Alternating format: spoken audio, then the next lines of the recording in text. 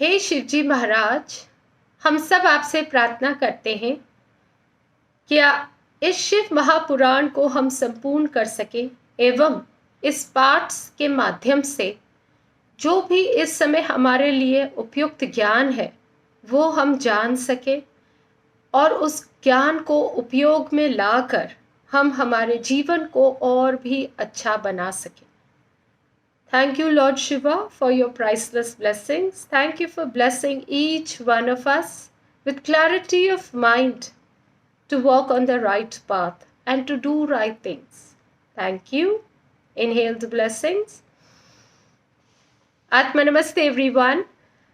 So, Rudra संहिता का पाठ संपूर्ण हुआ। अब हम शुरू करते हैं कोटि रुद्र संहिता। इस रुद्र संहिता में 12 ज्योतिर्लिंगों तथा उनके उपलिंगों का वर्णन एवं दर्शन पूजन की महिमा बताई गई है। जो निर्विकार होते हुए भी अपनी माया से विराट विश्व का आकार धारण कर लेते हैं, स्वर्ग और अपवर्ग, मोक्ष जिनके कृपा कटाक्ष के ही वैभव बताए जाते हैं तथा योगी जन जिन्हें सदा अपने हृदय के भीतर अद्वितीय आत्मज्ञान नंद स्वरूप ही देखते हैं, उन तेजोमय भगवान शंकर को जिनका आधा शरीर शैल राजकुमारी पार्वती से सुशोभित है, निरंतर मेरा नमस्कार है। जिनकी कृपा पूर्ण चितवन, बड़ी सुंदर मुखारबिंद, मंद मुस्कान की छटा है, उन अत्यंत मनोहर शिव को मेरा नमस्कार। जो चंद्रमा की कला से परम उज्जवल है, जो अध्यात्मक आदि तीनों तपों को शांत कर देने में समर्थ है, जिसका स्वरूप सचिन्मय एवं परम आनंद रूप से प्रकाशित होता है तथा जो गिरिराज नंदिनी पार्वती के भुजपाश से आविष्ठित है, वह शिव नामक कोई अनिर्वचनीय तेज पुंज सबका मंगल करे। ऋषि बोले, सूत जी, आपने संपूर्ण लोगों के हित की कामना से नाना प्रकार के आख्यानों के से युक्त जो शिव अवतार का महात्मा बताया है वह बहुत ही उत्तम है। तात आप पुनः शिव के परम उत्तम महात्मा तथा शिवलिंग की महिमा का प्रसन्नता पूर्वक वर्णन कीजिए। आप शिव भक्तों में श्रेष्ठ है, अतः धन्य है। प्रभु, आपके मुखारबिंद से निकले हुए भगवान शिव के सुरम्य यश रूपी अमृत का अपने कर्णपुटों द्वारा प्राण पान करके हम तृप्त नहीं हो रहे, अतः फिर उसी का वर्णन कीजिए।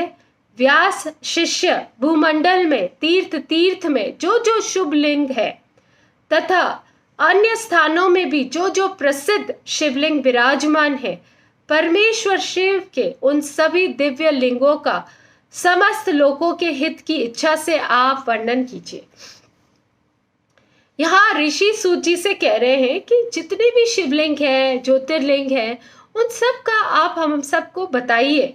अभी हमारा मन नहीं भर रहा जो आपने पहले बताया है। सूत जी ने कहा, महर्षियों, संपूर्ण तीर्थ लिंगमय है, सब कुछ लिंग में ही प्रतिष्ठित है। उन शिवलिंगों की कोई गणना नहीं है, तथापि मैं उनका किंचित वर्णन करता हूँ। जो कोई भी दृश्य देखा जाता है तथा जिसका वर्णन एवं स्मरण किया जाता है, वह सब भगवान शिव का ही रूप है। कोई भी वस्तु शिव के स्वरूप से भिन्न नहीं है। साधु शिरोमणियों, भगवान शंभु ने सब लोगों पर अनुग्रह करने के लिए ही देवता, असुर और मनुष्य सहित तीनों लोकों को लिंग रूप से व्याप्त कर रखा है। समस्त लोगों पर कृपा करने के उद्देश्य से ही भगवान महेश्वर तीर्थ में और अन्य स्थानों में भी नाना प्रकार के लिंग धारण करते हैं। जहां जब भक्तों ने भक्ति पूर्वक भगवान शंभु का स्मरण किया, तहां तब अवतार ले कार्य करके वे स्थित हो गए। लोगों का उपकार करने के लिए उन्होंने स्वयं अपने स्वरूप भूत लिंग की कल्पना की। उस लिंग की पूजा करके शिव भक्त पुरुष अवश्य सिद्धि प्राप्त कर लेते हैं। ब्राह्मणों, भूमंडल में जो लिंग है उनकी गणना नहीं हो सकती, तथापि मैं प्रधान शिवलिंगों का परिचय देता हूँ। मुनिश्रेष्ठ शौनक, इस भूतल पर जो मुख्य मुख्य ज्योतिर्लिंग है उनका मैं आज वर्णन करता हूँ। उनका नाम सुनने मात्र से पाप दूर हो जाते हैं। इस प्रकार मैं आपको सारे शिवलिंगों का दर्शन कराती हूँ, आप उन सब का दर्शन करिए।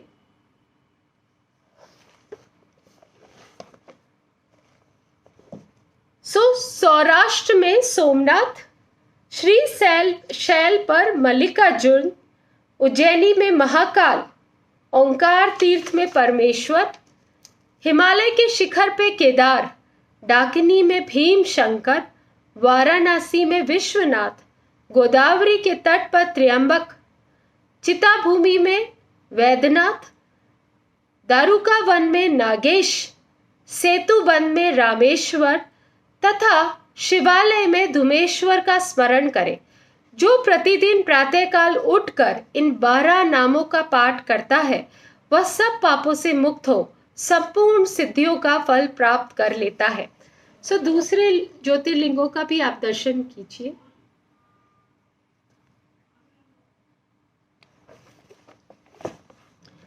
मुनीश्वरों, जिस जिस मनोरथ को पाने की इच्छा रखकर श्रेष्ठ मनुष्य इन 12 नामों का पाठ करेंगे, वे इस लोक और परलोक में उस मनोरथ को अवश्य प्राप्त करेंगे। जो शुद्ध अंतःकरण वाले पुरुष निष्काम भाव से इन नामों का पाठ करेंगे, उन्हें कभी माता के गर्भ में निवास नहीं करना पड़ेगा। इन सब के पूजन मात्र से ही यह लोक में समस्त वर्णों के लोगों का दुख नष्ट हो जाता है और परलोक में उन्हें अवश्य ही मोक्ष प्राप्त होता है। इन 12 ज्योतिर्लिंगों का नैवेद्य यत्न पूर्वक ग्रहण खाना चाहिए। ऐसा करने वाले पुरुष के सारे पाप उसी क्षण जलकर भस्म हो जाते हैं। यह मैंने ज्योतिर्लिंगों के दर्शन और पूजन का फल बताया है। अब ज्योतिर्लिंग के उपलिंग बताए जाते हैं। मुनीश्वरों, ध्यान देकर सुनो। सोमनाथ का जो उपलिंग है उसका नाम अंतकेश्वर है। वह उपलिंग मही नदी और समुद्र के संगम पर स्थित है। मल्लिकार्जुन से प्रकट उपलिंग रुद्रेश्वर के नाम से प्रसिद्ध है। वह भृगु कक्ष में स्थित है और उपासकों को सुख देने वाला है। महाकाल संबंधी उपलिंग दुग्धेश्वर या दुग्धनाथ के नाम से प्रसिद्ध है। वह नर्मदा के तट पर है तथा समस्त पापों का निवारण करने वाला कहा जाता है। ओंकारेश्वर संबंधी उपलिंग कर्दमेश्वर के नाम से प्रसिद्ध है। वह बिंदु सरोवर के निकट है और उपासक को संपूर्ण मनोवांछित फल प्रदान करता है।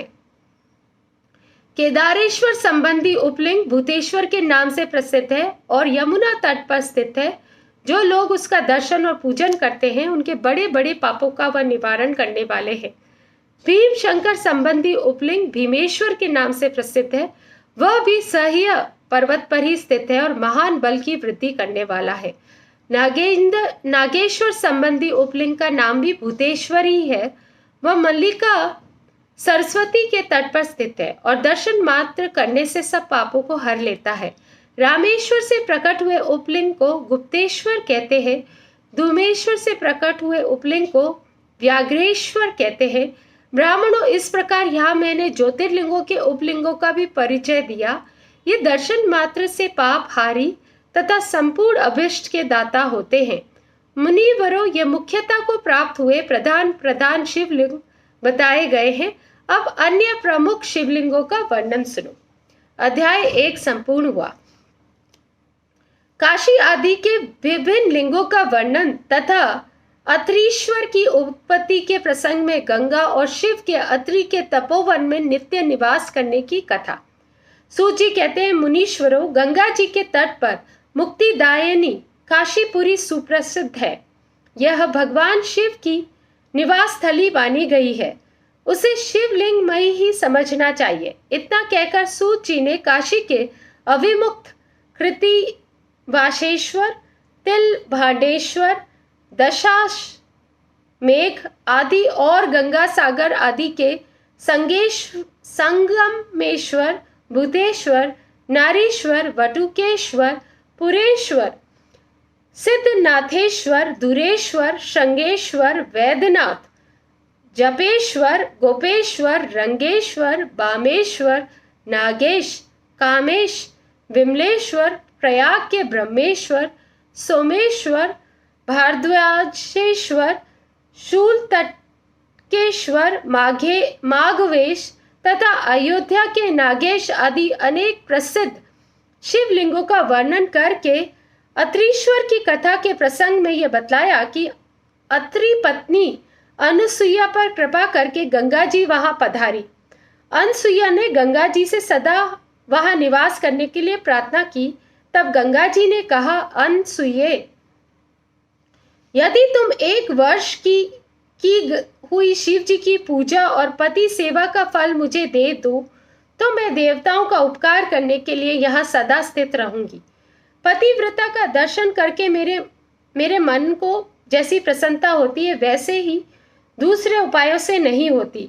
सती अनसुईये, यही मैं तुमसे सच्ची बात कहती हूँ। पतिव्रता स्त्री का दर्शन करके मैं सारे पापों का नाश हो जाता है और मैं विशेष शुद्ध हो जाती हूँ, क्योंकि पतिव्रता नारी पार्वती की समान पवित्र होती है। अतः यदि तुम जगत का कल्याण करना चाहती हो और लोक हित के लिए मेरी मांगी हुई वस्तु मुझे देती हो तो मैं अवश्य यहाँ स्थिर रूप से निवास करूंगी। सूची कहते हैं, मुनियों, गंगा जी की यह बात सुनकर पतिव्रता अनसुईया ने वर्ष भर का वो सारा पुण्य उन्हें दे दिया।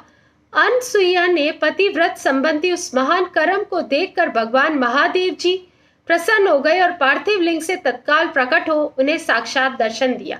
शंभु बोले, साध्वी अनसुईये, तुम्हारा ये कर्म देखकर मैं बहुत प्रसन्न हूँ। प्रिय पतिव्रते, वर मांगो, क्योंकि तुम मुझे बहुत प्रिय हो। उस समय वे दोनों पति पत्नी अद्भुत सुंदर आकृति एवं पंचमुख आदि से युक्त भगवान शिव को वहां प्रकट देखकर बड़े विस्मित हुए। उन्होंने हाथ जोड़कर नमस्कार और स्तुति करके बड़े भक्ति भाव से भगवान शंकर का पूजन किया। फिर उन लोक कल्याणकारी शिव से कहा। ब्राह्मण दंपति बोले, देवेश्वर, यदि आप प्रसन्न हैं और जगदम्बा गंगा भी प्रसन्न है तो आप इस तपोवन में निवास कीजिए और समस्त लोगों के लिए सुखदायक हो जाइए। तब गंगा और शिव दोनों ही प्रसन्न हो उस स्थान पर जहां वे ऋषि शिरोमणि रहते थे प्रतिष्ठित हो गए। इन्हीं शिव का नाम वहां अत्रीश्वर हुआ। अध्याय 2 और 4 संपूर्ण हुए।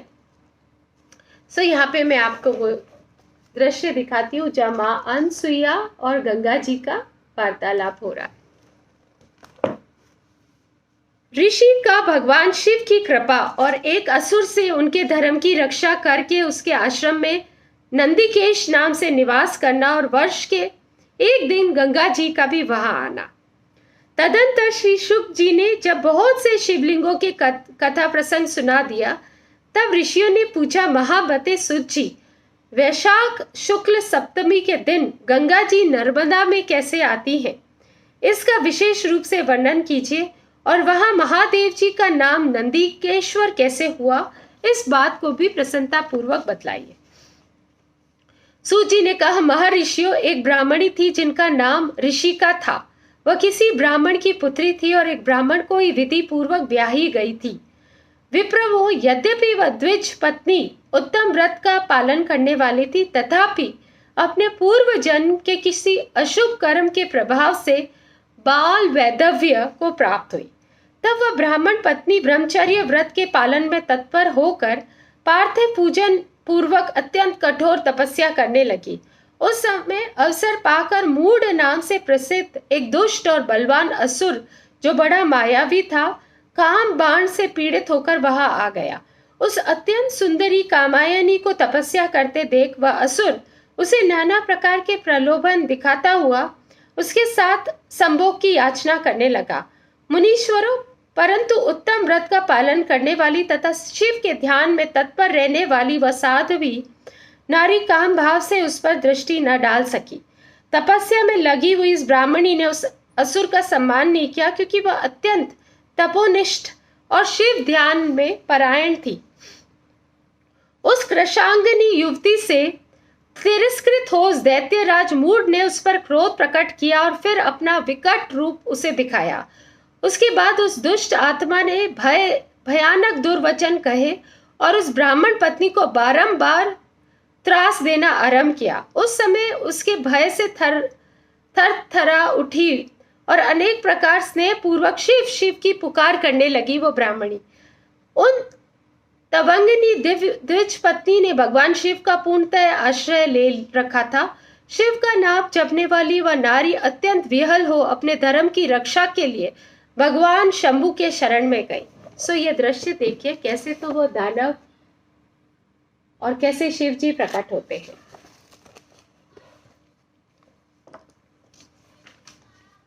तब शरणागत की रक्षा और सदाचार की प्रतिष्ठा तथा उस ब्राह्मणी को आनंद प्रदान करने के लिए भगवान शिव वहां प्रकट हुए।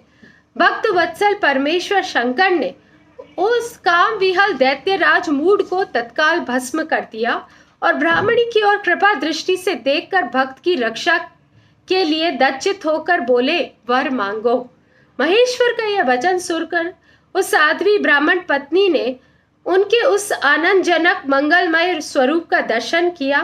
फिर सबको सुख देने वाले परमेश्वर शंभु को प्रणाम करके शुद्ध अंतःकरण वाली उस साध्वी ने हाथ जोड़ मस्तक झुकाकर उनकी स्तुति की। ऋषिका बोली, देवों के देव महादेव, शरणागत वत्सल, आप दीन बंधु हो, भक्तों की सदा रक्षा करने वाले हो, ईश्वर हो। आपने मूढ़ नामक असुर से मेरे धर्म की रक्षा की, क्योंकि आपके द्वारा यह दुष्ट असुर मारा गया है। ऐसा करके आपने संपूर्ण जगत की रक्षा की है। अब आप मुझे अपने चरणों के परम उत्तम एवं अनन्य भक्ति प्रदान कीजिए। नाथ, यही मेरे लिए वर है, इससे अधिक और क्या हो सकता है। प्रभु महेश्वर, मेरी दूसरी प्रार्थना भी सुनिए। आप लोगों के उपकार के लिए यहाँ सदा स्थित रहिए। महादेव जी ने कहा, ऋषि कि तुम सदाचारिणी विशेषता मुझ में भक्ति रखने वाली हो।